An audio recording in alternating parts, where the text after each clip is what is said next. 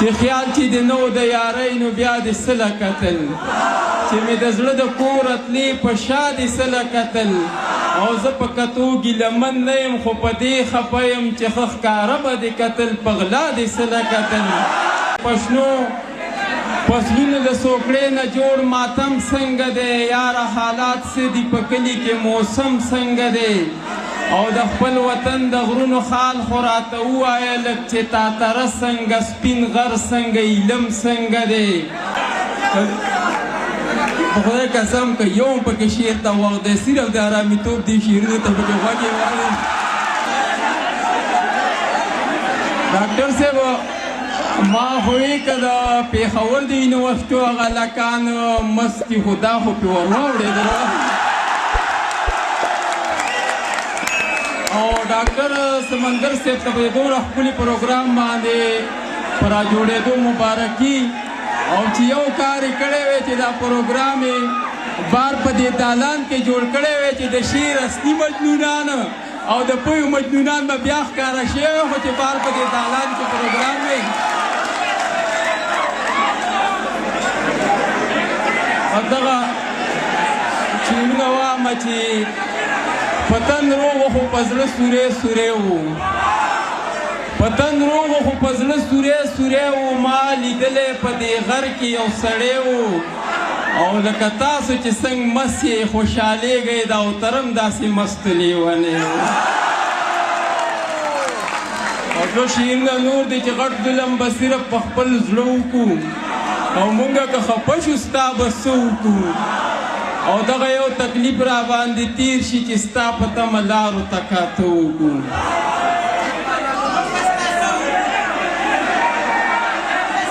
او دغه نوي شعرونه وامه چې ژوند تېروو خو د ژوند چل او هنر نه پېژنو ژوند تېروو خو د ژوند چل او هنر نه پېژنو لار لنډوو خو د خپل ځای او کمر نه پېژنو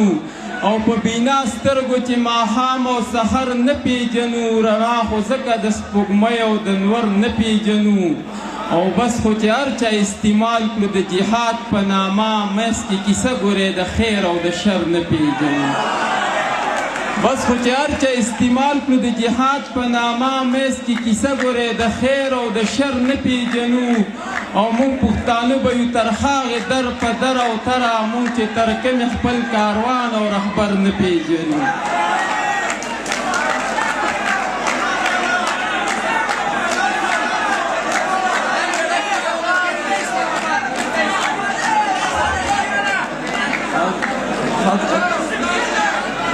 ښځه دغه چې پښنو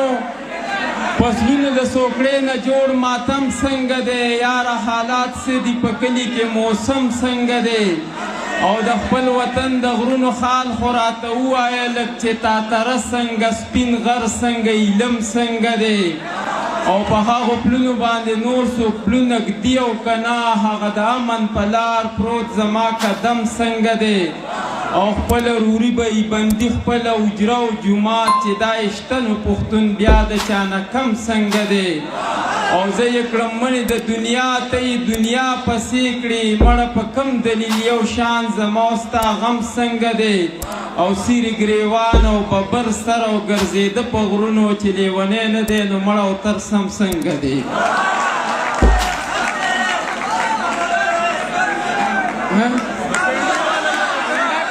که به دغه پینډۍ والا تاسو په ما باندې هر ځای وایي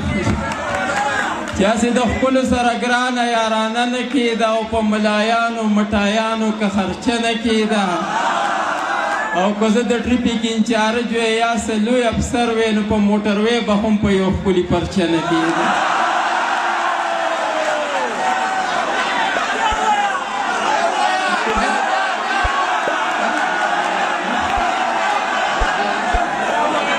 په خدای قسم که یو هم پکې شعر ته وخت دی صرف د ارامېتوب دې شعرونو ته پکې غوږ یې واړوي که زه د ټریفیک انچارج وی یا څه لوی افسر وی نو په موټروی به هم په یو ښکلي پرچه نه کېده او تره موږ نه چې دې ښکلو دا کم مال وخوړه وخوره قسم چې په پینډۍ کې پې بنګله نه کېده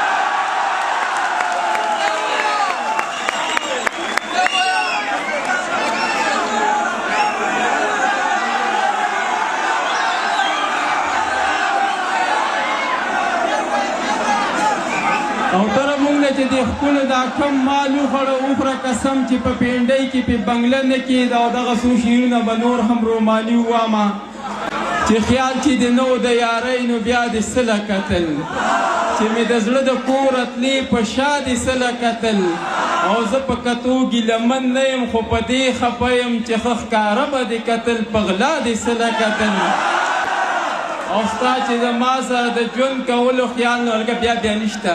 چې ستا چې زما سره د ژوند کولو خیال نه و نو بیا په پالي باندې دا لاس په ما د سله کتل او چې د په سرو وینو کې رنګ په خوب کې ولیدمه لا تعبیرونه په مفتي ملا د سله کتل او تر اوس چې د په مخ د اوښکو سیند بهیږي زما تصویر ته په ماښام قضا د سله کتل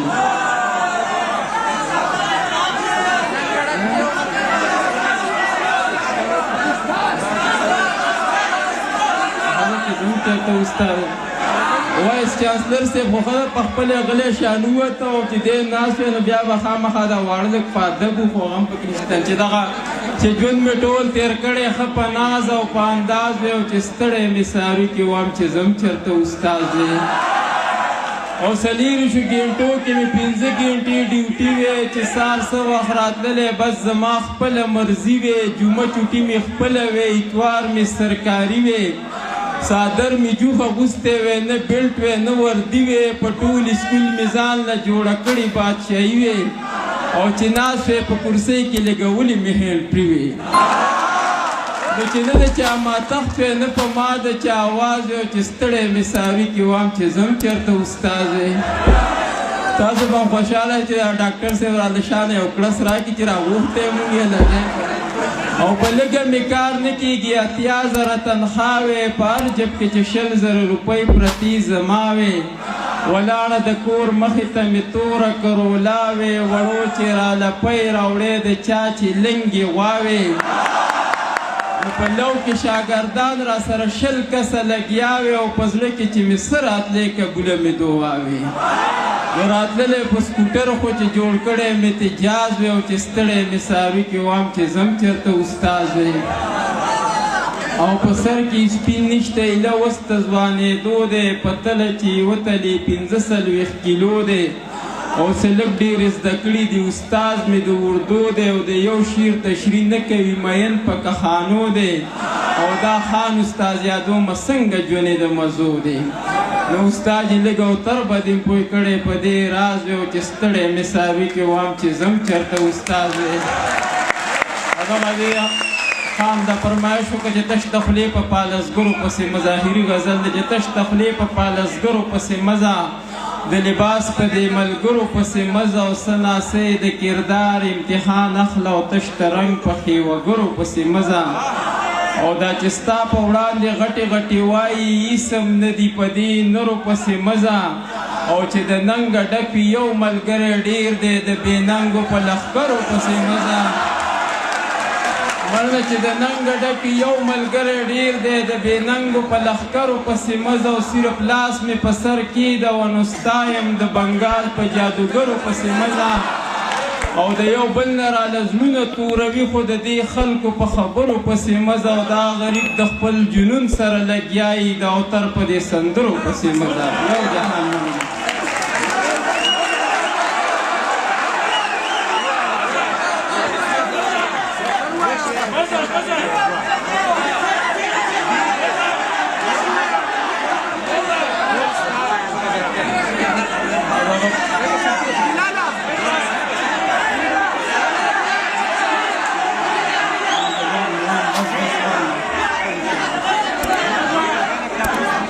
څوک موریدي کوي او چا د ځان نه پیر جوړ کړی ځان زبر کېدو له هر سړي خپل خپل تدبیر جوړ کړی او یو چې ترې لاړ شي سمدستي ورته بل کډه راوړي د زړه د کور نه راله خپل سم جاګیر جوړ کړی یو چې ترې لاړ شي سمدستي ورته بل کډه راوړي د زړه د کور نه راله خپل سم جاګیر جوړ کړی او دومره شتمنه پښتونخوا کې دې سپېرې بدمنۍ د بادشاه